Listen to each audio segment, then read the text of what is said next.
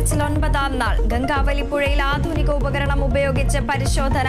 തെരച്ചിൽ നടത്തുക ലോഹവസ്തു സാന്നിധ്യം കണ്ടെത്തിയ ഭാഗത്ത്.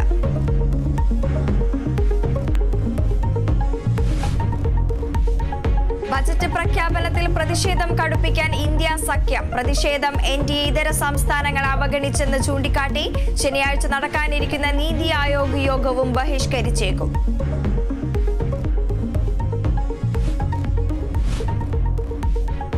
സിനിമാ മേഖലയിലെ സ്ത്രീകളുടെ പ്രശ്നങ്ങൾ പഠിച്ച ജസ്റ്റിസ് ഹേമ കമ്മിറ്റി റിപ്പോർട്ട് ഇന്ന് പുറത്തുവിടും. പ്രസിദ്ധീകരിക്കുന്നത് സ്വകാര്യത ഹനിക്കുന്നുവെന്ന് കണ്ടെത്തിയ 68 പേജുകൾ ഒഴികെയുള്ളവ. നടപടി വിവരാവകാശ കമ്മീഷൻ ഉത്തരവിനെ തുടർന്ന്.